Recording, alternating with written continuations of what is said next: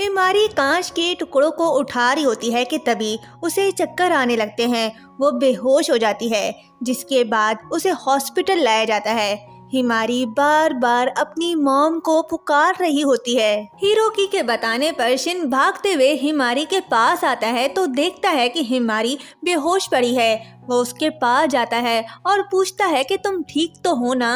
Hiroki कहता है कि हिमारी सो रही है, वीकनेस की वजह से ये बेहोश है, रेस्ट करेगी तो ठीक हो जाएगी। यिनतका शिन को अपने बारे में बताता है तो शिन कहता है कि तुम वीकली मैगजीन से हो ना। यिनतका कहता है कि ये सब मेरी वजह से हुआ, उस लड़के ने आर्टिकल पढ़ने के बाद ये सब किया। आई एम सॉरी, मेरा ऐसा करने का कोई इरादा नहीं था। शिन कहता है इट्स ओके, ये तुम्हारा जॉब है। मुझे लगता है कि ये मेरी गलती है, मैं ये सब डील करने में स्लो था। फिर सोचता है कि शायद हिमारी इनसिक्योरिटी और फ्रस्ट्रेशन फील कर रही है जिन्हें वो हैंडल नहीं कर पा रही। यिनतका से बात करने के बाद वो हिमारी के पास आता है तो देखता है कि हिमारी उठ गई है। तकुमी और हिरोकी चले जाते हैं। शिन हिमारी का हाथ पकड़कर पूछता है कि अब तुम कैसा फील कर रही हो। हिमारी कहती है कि सॉरी, मेरी वजह से तुम परेशान हुए, अब मैं ठीक हूँ। फिर उसे बताती है कि मैं कुछ दिनों से एक अजीब ख्वाब देख रही हूँ।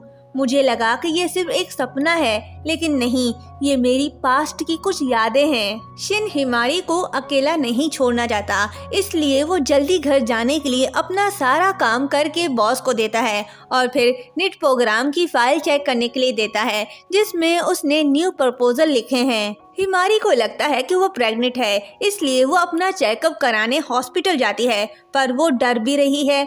वक्का हिमारी को परेशान देकर पूछती है कि क्या हुआ है तुम्हें, जिसके बाद हिमारी उसे सब बता देती है। वक्का कहती है अगर ऐसी बात है तो तुम्हें पहले कंफर्म करना होगा। हिमारी कहती है अगर मैं सच में माँ बनने वाली हुई तो।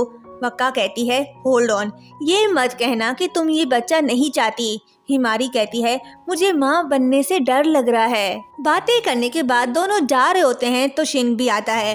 वक्का उससे कहती है कि तुम्हें हिमारी से प्रॉपर बात करनी चाहिए। शिन हिमारी से पूछता है कि क्या हुआ है तुम्हें। हिमारी कहती है मैं अभी हॉस्पिटल गई थी और आई एम एक्सपेक्टिंग। ये सुनकर शिन कहता है कि क्या मतलब है तुम्हारा, मैं डैड बनने वाला हूँ। हिमारी हाँ कहती है तो शिन बहुत खुश होता है, पर हिमारी खुश दिखाई नहीं दे रही। शिन पूछता है क्या हुआ है तुम्हें। हिमारी उसे कोई जवाब नहीं देती और चली जाती है। हिमारी फिर से अपनी मॉम को सपने में देखकर डर के उठ जाती है। शिन हिमारी के लिए परेशान है, उसके बारे में सोच रहा होता है। मसाकी कहता है तुम परेशान दिखाई दे रहे हो। वक्का पूछती है कि क्या तुमने बात की हिमारी से। शिन कहता है कि वो काफी परेशान लग रही है, मैं क्या करूं। तो वक्का कहती है कि बच्चा हर दिन बड़ा हो रहा है, तुम्हें उसे जल्द से जल्द रीइश्योर कराने की जरूरत है। तभी बॉस शिन को बुलाता है और बताता है कि मैंने तुम्हारा प्रपोजल पढ़ लिया है, चलो मेरे साथ, मैं तुम्हें कुछ बताना चाहता हूँ। शिन खुश होकर घर आता है हिमारी को गुड न्यूज देने, पर हिमारी घर पर नहीं होती। शिन उसे कॉल करता है पर हिमारी का मोबाइल घर पर ही होता है तो शिन परेशान हो जाता है और हिमारी को ढूंढने निकल पड़ता है। वो हर जगह हिमारी को ढूंढ रहा होता है पर हिमारी उसे कहीं नहीं मिलती। बहुत ढूंढने के बाद शिन हिमारी को देख लेता है। हिमारी अकेली पार्क में बैठी कुछ सोच रही होती है। शिन कहता है तुम यहाँ क्या कर रही हो। हिमारी कहती है ये वो जगह है जहाँ मेरी माँ की यादें हैं, मुझे मेरी माँ ने छोड़ दिया था, इसलिए मैं सच में नहीं जानती कि एक माँ कैसी होनी चाहिए, मेरी जैसी कोई माँ कैसे बन सकती है। मेरे दादा दादी मेरे साथ अच्छे थे, लेकिन मैं नहीं चाहती कि कोई मुझे फिर से छोड़े। मैं ये सोचकर अपनी जिंदगी जी रही हूँ कि कोई मुझे छोड़कर नहीं जाएगा। उसकी सारी बातें सुनने के बाद शिन उसका हाथ पकड़ता है और कहता है कि मैं हमेशा तुम्हारे साथ रहूंगा। ये बच्चा हमारा बच्चा है, हम सब मिलकर इसे पालेंगे। मैं जानता हूँ कि हमसे कुछ गलतियाँ भी होंगी, लेकिन हम सब मिलकर इसकी अच्छे से परवरिश करेंगे।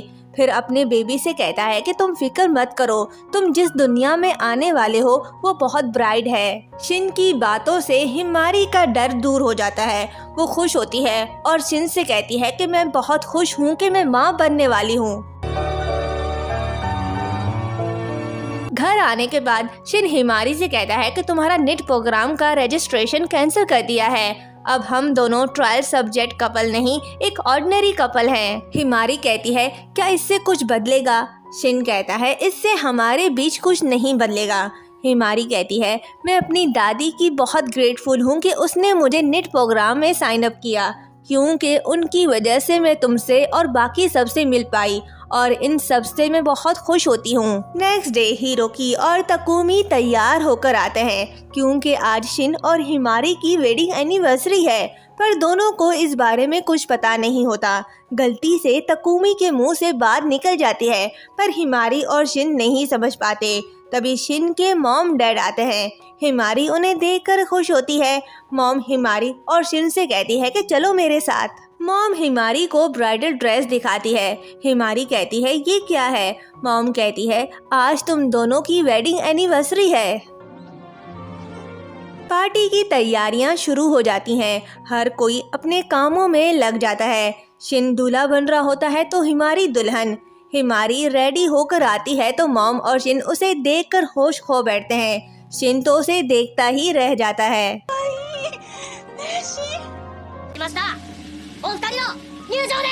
शिन और हिमारी एक कपल की तरह साथ आते हैं। हर कोई उन्हें कॉन्ग्रेचुलेशन कहता है। कोई सामने से कहता है तो कोई ऊपर से फूल बरसा कर कहता है। हिमारी सबको देखकर इमोशनल होकर कहती है कि थैंक यू, मैं बहुत खुश हूँ। जितनी बार भी आप सबको थैंक यू कहूँ काफी नहीं होगा। शिन भी सबको थैंक्स कहता है, जिसके बाद पार्टी स्टार्ट होती है। शिन और हिमारी अपनी एनिवर्सरी केक कट करते हैं। निट प्रोटेक्शन एक्ट की वजह से आज हिमारी और शिन एक दूसरे के साथ हैं। हिमारी ऐसी लड़की थी जो ख्वाब देखना भी नहीं चाहती थी, क्योंकि वो जानती थी कि उसका कोई ख्वाब पूरा नहीं होगा, पर शिन की वजह से उसके सारे ख्वाब पूरे हो रहे हैं। वो एक ब्राइट दुनिया में जी रही है, वो भी हैप्पी लाइफ। सब मिलकर ग्रुप पिक्चर लेते हैं। एंड में हिमारी और शिन को उनकी प्यारी सी बेटी हाना के साथ दिखाया जाता है और इस क्यूट एंडिंग के साथ इस ड्रामे की भी हैप्पी एंडिंग होती है। शिन और हिमारी की लव स्टोरी आप सबको कैसी लगी और मेरा एक्सप्लेनेशन आप सबको कैसा लगा, कमेंट करके जरूर बताएं। Thank you so much.